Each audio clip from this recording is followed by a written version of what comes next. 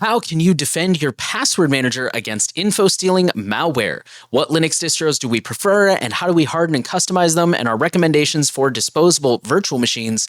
Welcome to the Q&A for Surveillance Report 219, where we answer questions from our amazing patrons who keep this podcast going. You can view and join the questions on patreon.com/surveillancepod or xmrchat.com/surveillancepod. And this week, we only had, we had several questions, as usual, but we only had one set of questions from our regular David Johnson over on Patreon. He says this question is specifically relating to a story we covered a couple weeks ago about a Disney employee who had his password manager account hijacked. And for those of you who may have missed that story, maybe just joining us, this is actually a couple years old. Disney had a bunch of mostly intellectual property. I think there was some employee data too, but it was mostly intellectual property was leaked. And I think at the time they said it might have been an insider threat or it came from Slack or something like that. And there wasn't a lot of details. And then a couple weeks ago, we just found out there was a specific employee who downloaded an AI, I believe it was an image generation tool at home on his personal computer. And it was open source. It was on GitHub, the whole nine for the record. And that tool turned out to be malicious and hacked into his password managers, presumably stole all his passwords. And from there, they were able to get into all of his accounts, including work accounts. That basically is what resulted in this attack. He ended up being let go. They said that they found some like porn on his work computer or something. I'm not sure how true any of that is. I don't know. So the question is, how do you defend against the risk of having an Infostealer keylog the entry of your password manager's master password and then exfiltrate the database in order to open it elsewhere and extract passwords it contains? And how do major password managers such as Bitwarden, KeePass, Proton, and 1Password compare in their ability to resist this mode of attack? So this is a good question. I wouldn't even say it's an advanced question because obviously it can happen to anyone as this story illustrates, but it is a very complex question. And I will be the first to admit I'm not an expert, but I'm going to do my best to answer this question. The first thing that I would say is two-factor. You know, even if they get your master password, in order to get into it, presumably, if you have some sort of two-factor setup, that's going to be one more obstacle. Ideally, the stronger the two-factor, the better. That obviously does not apply to them stealing the vault itself like they did with LastPass. Well, that's not really what you're asking. That would be a hack on like LastPass end. That would be something out of your hands. The best you could do there is strong master passwords, two-factor, that kind of stuff.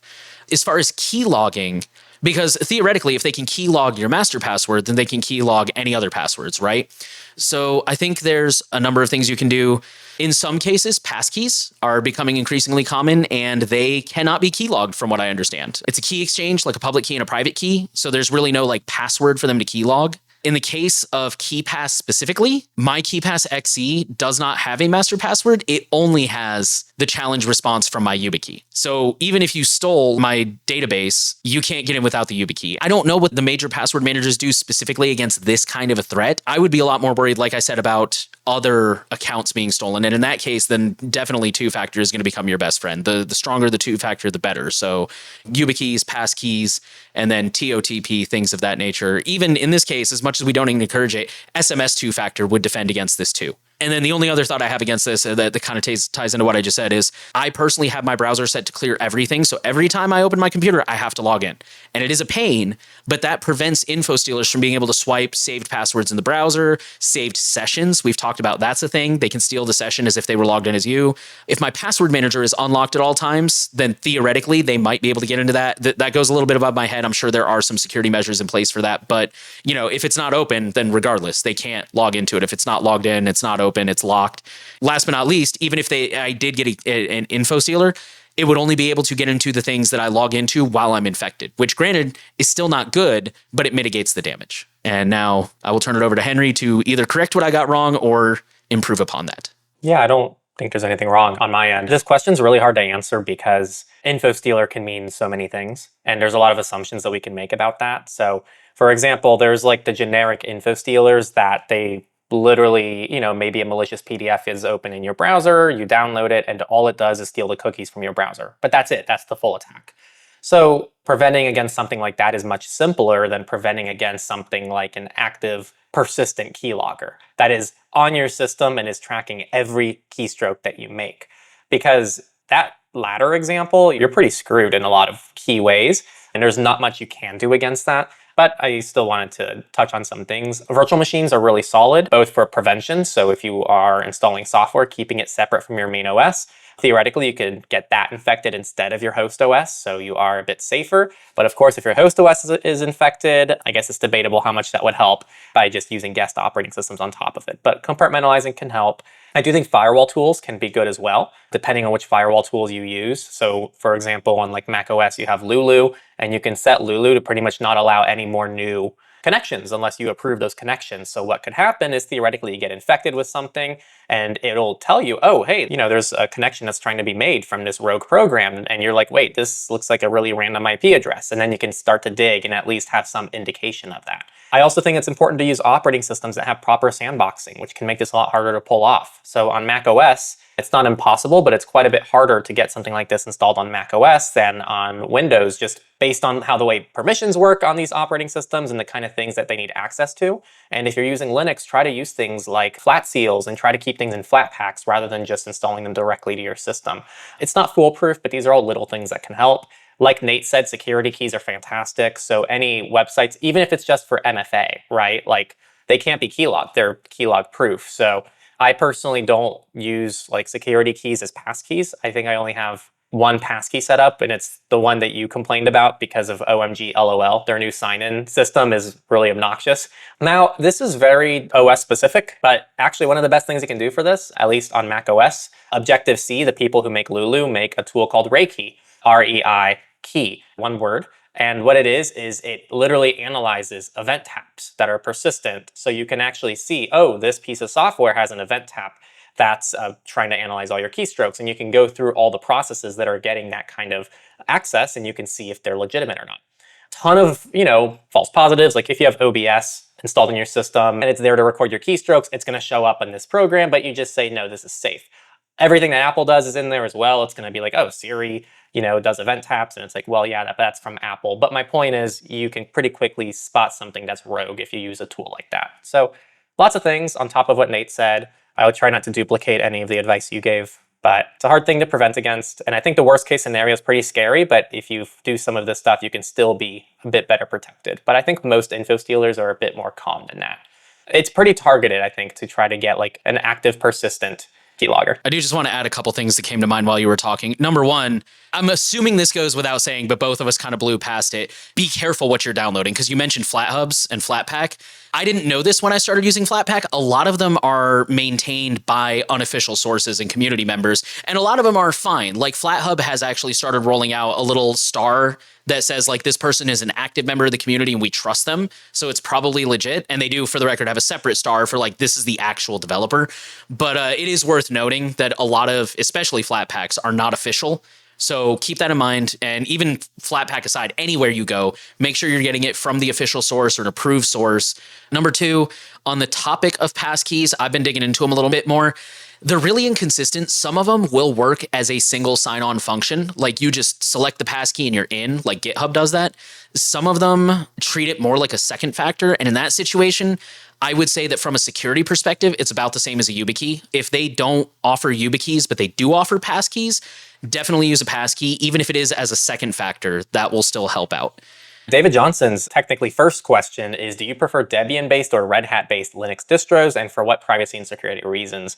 I like the general availability of software on Debian-based distros. I feel like, anytime you can just do apt whatever and it's like available, and that's kind of the default.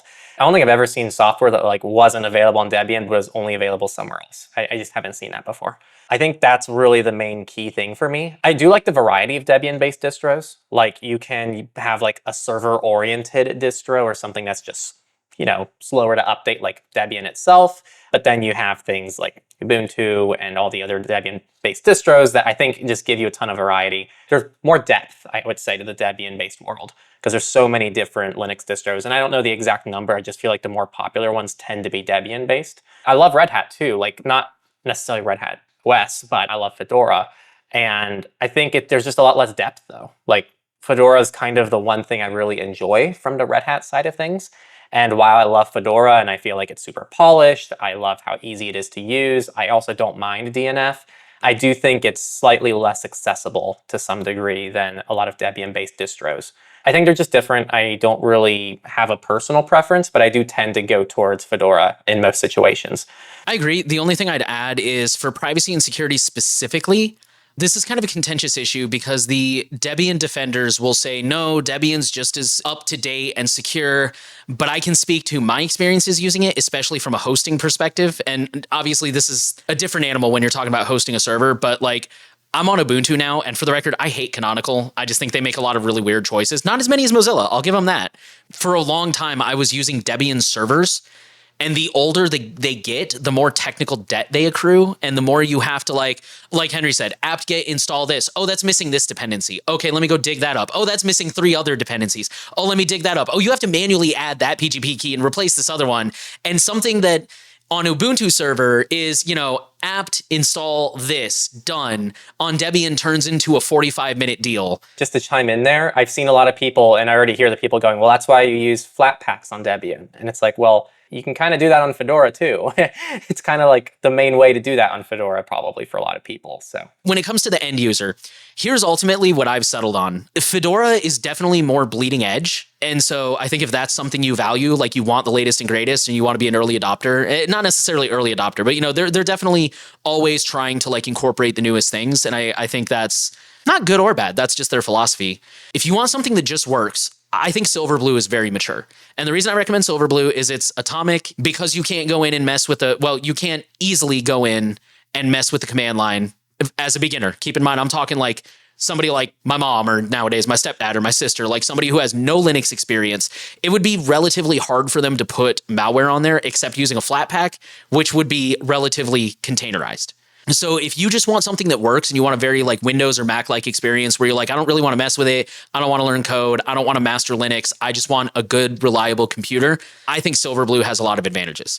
On the other hand, if you're like somebody who says, I'm dipping my feet into the water and I eventually want to take on the command line and self-hosting and learn how to really master Linux and make it my own, I would steer you more towards like Ubuntu or Pop! OS because like Henry was saying, there is so much support. Like I mentioned a couple weeks ago, I tried Cubes for about 10 minutes and realized I was out of my depth and I rolled back to Mint. And I realized when I was on Mint, because it is ultimately Debian based, you go out there and you find these commands that are like, oh, I'm on Ubuntu. And people will say, well, copy and paste this. And 99% of the time, it'll work just fine on Mint, Debian, Pop, any other popular distros that are based on Debian. Because they're all running under the hood, the more or less the same thing. For the purposes of this, before anybody gets nitpicky, they're more or less running the same thing. As you're trying to learn the command line and understand how it works under the hood, you are never going to run out of support. And because there is such a, compared to Fedora, because there is such a wider range of users, like there's a lot more people who are trying Linux for the first time, like you in this hypothetical scenario, I feel like the help and the answers and the documentation are a lot more accessible. I mean, either one can be used without having to think about it too much as an end user. But yeah, I think those are kind of the differences in my opinion. All these questions are like Linux related for the record. The next question is, do you actively use, as in customize the settings of AppArmoer and or SELinux on your devices, and which do you prefer? I do not. It's something I would like to dig into a little bit, but I mostly rely on the built-in security model from Cubes, which is basically just like everything is in its own little identity. And I could even get more granular than that. Like I could have a single cube just for Signal. And theoretically, like I could run that one through regular, like not a VPN because, Signal doesn't log metadata and stuff like that.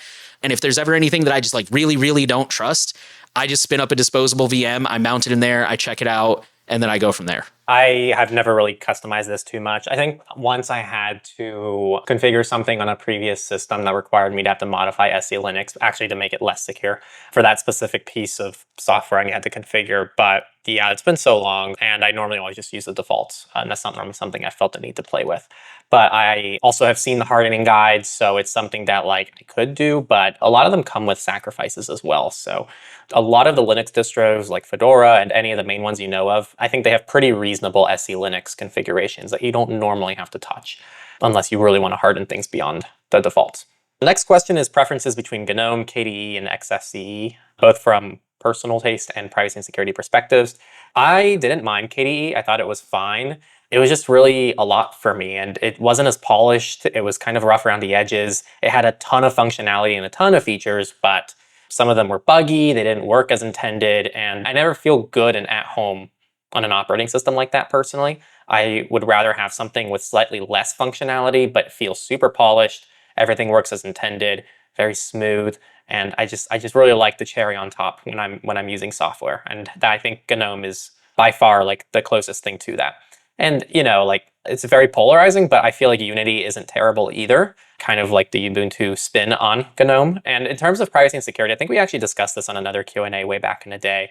And GNOME seems to have very, very slight advantages, but I don't think that your DE is going to make or break anything. Just watch out for like third-party plugins and extensions and things like that. Yeah, I agree with you. For context, the vast majority of my experience is either Cinnamon with Mint or XFCE with Cubes. So I've spent a little bit of time on GNOME when I'm playing around with, again, like Fedora. A lot of the mobile, like the PinePhone OSs use GNOME, or at least the ones I tried. I'm getting a slanted opinion because I'm using Cubes, and that's just a whole different animal. XFCE works fine, and it definitely has some functionality I like, but I agree it's not very good looking. GNOME, in my opinion, looks great, and I know some people really disagree with that. KDE, what really attracted me to that, or made me interested, I should say, is the Linux Experiment did a video where this is a couple years old by now, so it may be a little hard to find. Just look up like KDE or something on his channel. But he did a video where he basically argues that like KDE is the best DE in his opinion. And he made that point of saying like, in my opinion, but here's what I like about it. And he showed off all these cool little like shortcuts and customizations. And I remember watching it and I was like, damn, I'm convinced this looks cool.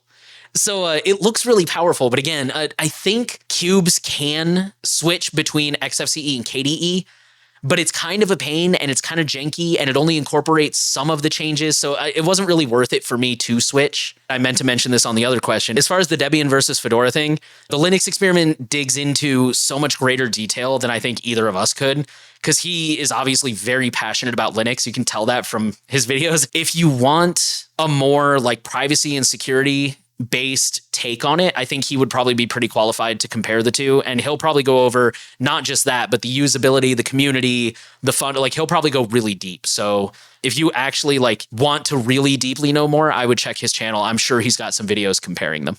The next question, what do you think is the closest thing to a disposable virtual machine outside of Cubes in terms of usability and rapidity of, I don't know if that's a word, of spawning and booting?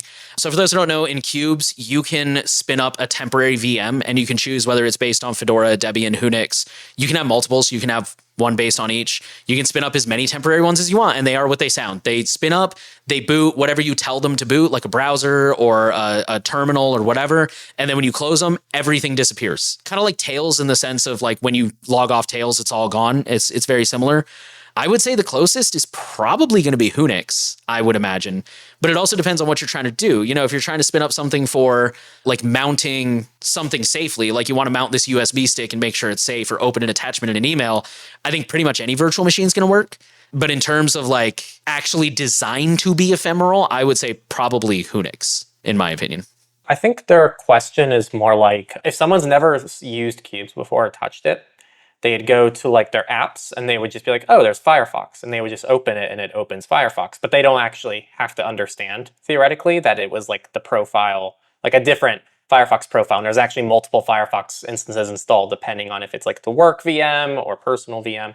That was how I interpreted it, is like, how do you emulate this like opening a program, but it's technically in a VM kind of experience that Cubes provides. If that is what they were asking on Windows, if you're using Windows Pro or Enterprise, they do have a built-in sandbox. So you can just like open programs in a sandbox. It's kind of similar-ish. I have seen Sandboxy, but I've never used it. So Sandboxy theoretically is a way to like open like Windows programs in a sandbox environment. You could use something like Docker, though it's not technically a VM. And I triggered Nate by saying Docker. There's also just general like virtual machine software, like VirtualBox VMware. But most of them are not anywhere near as like streamlined as something like Cubes, with the exception of, I would say, like Parallels on macOS. Because Parallels on macOS actually like fully merges. You can also keep it isolated, but it like fully merges a guest operating system with your host operating system. So like even like a guest OS, like let's say you open Windows and you open Edge inside Windows, the browser, it'll literally show Edge in the dock of your host on macOS, as if it's a program on your macOS computer. And when you open it, it won't even show it as a VM. It'll show it as like a window within macOS. So you won't, theoretically, someone wouldn't even be able to tell it's running in a VM. It just looks like it's running as, oh, like that's just Edge on your browser. So I think Parallels is a pretty cool program that kind of almost in some ways emulates Cubes, but it still won't do quite everything Cubes does. But I think that's like the closest thing I've seen to like a Cubes-like scenario, and it's kind of Mac OS only. I haven't seen VM software like Parallels on other systems personally, outside Cubes. Yeah, the closest I can think to would be like if you made a virtual machine and you tried to pick like a really lightweight distro, and then you snapshot like, okay, this is with Firefox open, this is with the terminal open. That's the closest I could think of. And then every time you close it, you just reset back to the snapshot. That's not bad. Yeah, I think there's like little DIY things you can do. And the last question from David Johnson is, how do you ensure security of secret storage on your Linux systems that are not stored in a password manager, but are managed by native utilities like Gnome Keyring or KDE wallets that other applications can integrate with? Do you rely on default configurations or do you harden them further? I actually normally just do default configurations. This has never been something I've heard of being like a major security issue for most people. So yeah, I don't have any other info on this actually. It's not something that I'm not familiar with outside just using defaults and making sure passwords are strong and other like generic security advice that doesn't directly have to do with this. Yeah, again, my main Linux distro is Cubes, so I'm not really qualified to talk on this because everything I have is compartmentalized. My personal life is in one, the new oil's in another, banking and stuff is in another. So I've honestly never really given much thought to it other than just the basic whenever I'm installing anything or even opening anything, again, opening a USB, opening an attachment or anything. That's always my thought is like, do I want to open this here? Those are the thoughts I have is like, if I click on this, if I install this, what could be compromised? And again, I'm kind of cheating because most people don't have that comfort, but I'm not qualified to speak on that. I'd have to look into it more. Those were all our questions this week, all from David Johnson. How we would recommend defending your password manager against Infostealers, what Linux distros we prefer, how we harden and customize them, and recommendations for disposable virtual machines. I don't think either of us claim to be Linux experts. So again, I would go check out, for a lot of those Linux-based questions, I would definitely go check out the Linux Experiment. He's very knowledgeable, really digs in deep to this stuff every week, all the time. He's got his own little news podcast too. Definitely check that out. Also, just leave responses in the comments. One positive thing I like about community is the ability to learn together. So, if you guys are leaving things in the comments of like, oh, this thing does a disposable VM that might do what you're looking for, or like, here's what I use to manage that last question about secrets. Like, what's the phrase? A rising tide lifts all boats. Yeah, if you guys have anything to share, please do. Thank you guys for watching. Thank you, David, for asking questions, and everyone else who asks questions. Of course, we really appreciate them. We really appreciate the support of all of our patrons. And if you would like to support us and ask a question, you can do so by joining our Patreon, patreon.com/surveillancepod.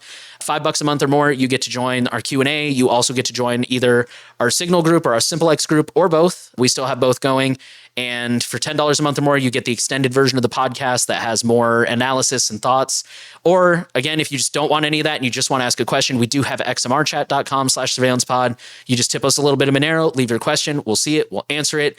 We appreciate every single one of you. Thank you for tuning in, and we'll be back this weekend with this week's news.